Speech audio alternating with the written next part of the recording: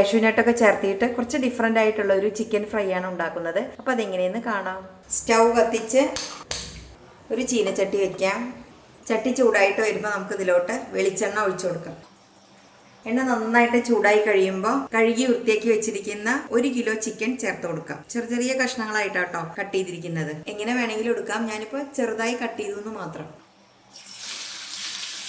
ഒന്ന് ഇളക്കി കൊടുക്കാം.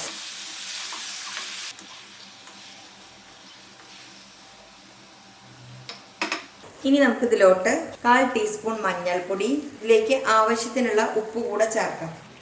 എന്നതിന് ശേഷം വീണ്ടും നന്നായിട്ടൊന്ന് ഇളക്കി കൊടുക്കാം. ഈ കോഴിയിൽ തന്നെ ഇറങ്ങി വരുന്ന വെള്ളമാണ് കേട്ടോ അത്. നമ്മൾ വേറെ വെള്ളമൊന്നും ആഡ് ചെയ്തിട്ടില്ല. ഒരു 5 മിനിറ്റ് ഇതുപോലെ ഒന്ന് ഈ എണ്ണയിലൊന്ന് മൂപ്പിച്ചെടുക്കണം നമ്മൾ ഈ ചിക്കൻ. 5 മിനിറ്റ് ഒന്ന് ഇളക്കി കൊടുത്ത ശേഷം നമുക്ക് ഇതിലോട്ട് 2 സവാള പൊടിയായി അരിഞ്ഞത്, ഒരു പച്ചമുളക്, ഒരു 2 കറിവേപ്പില കൂടി ചേർത്ത് കൊടുക്കാം. എന്നിട്ട് നന്നായിട്ടൊന്ന് ഇളക്കി കൊടുക്കാം.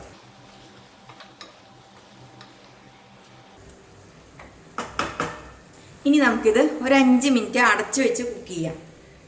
അപ്പം 5 മിനിറ്റ് കുക്കായി. ഇനി നമുക്കിതിലോട്ട് 2 ടീസ്പൂണോളം ഇഞ്ചി വെളുത്തുള്ളി പേസ്റ്റ് ചേർത്ത് കൊടുക്കാം. എന്നിട്ട് ഇതെല്ലാം കൂടെ ഒന്നുകൂടി മിക്സ് ചെയ്ത് കൊടുക്കാം. 2-3 മിനിറ്റ് ഇതുപോലെ ഒന്ന് ഇളക്കി കൊടുക്കാം. ആ ഇഞ്ചിയും വെളുത്തുള്ളിയുടെയൊക്കെ ആ റോ സ്മെല്ലൊന്ന് മാറുന്നിടം വരെ ഇളക്കി കൊടുക്കാം.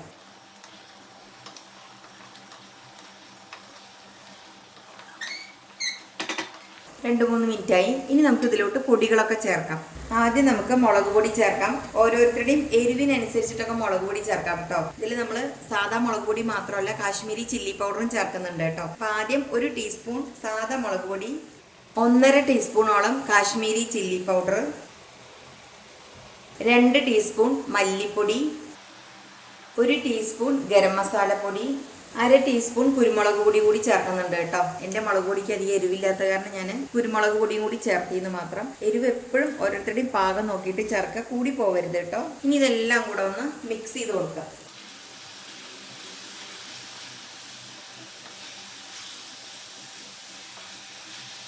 ഈ റോസ്റ്റിൽ നമ്മൾ തക്കാളി ചേർക്കുന്നില്ല കേട്ടോ. കുറച്ചുകൂടി കാശ്മീരി ചില്ലി പൗഡർ ചേർക്കുന്നുണ്ട് കേട്ടോ.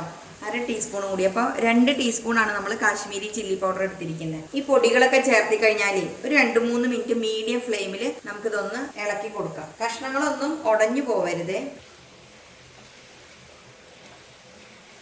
അപ്പോൾ ഏകദേശം ഒരു 1/4 ഭാഗത്തോളം നമ്മുടെ ചിക്കൻ വെന്ത് കഴിഞ്ഞു. ഇനി കുറച്ച് നേരം കൂടെ വേവാണ്ട് കേട്ടോ. ഏകദേശം ഒരു 5-8 മിനിറ്റും കൂടി വേവണം. അപ്പോൾ നമുക്ക് ചെറിയ തീയിലിട്ടിട്ട് അടച്ചു വെച്ചിട്ടൊന്ന് വേവിക്കാം.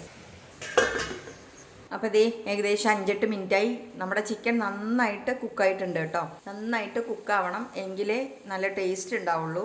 ഇനി നമുക്കിതിലോട്ട് ഒരു നുള്ള് പഞ്ചസാര ചേർക്കാം കേട്ടോ.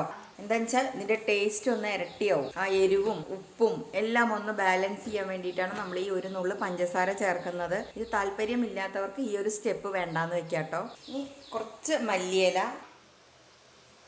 കുറച്ച് കറിവേപ്പില, ഏകദേശം ഒരു 10-15 കാഷ്യൂനട്ട് എടുത്തിട്ടുണ്ട്. ഇത് മുഴുവനായിട്ട് ഇടാം. ഞാനിപ്പോൾ സ്പ്ലിറ്റൻ ചെയ്തതാണ് ഇട്ട് കൊടുക്കുന്നത് കേട്ടോ.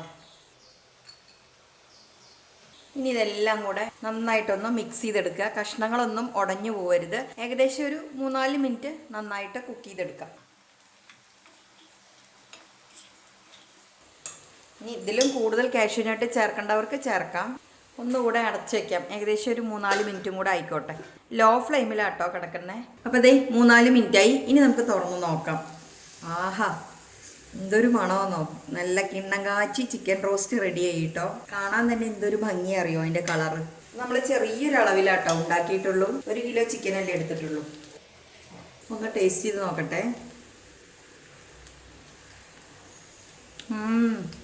സൂപ്പർ, അടിപൊളിയുണ്ട് കേട്ടോ. അതുപോലെ ഈ മസാലയും കൂട്ടിയിട്ട് കാഷ്യൂനട്ടൊക്കെ ചേർത്ത് കഴിക്കുമ്പോഴേ ഭയങ്കര ടേസ്റ്റാണ്.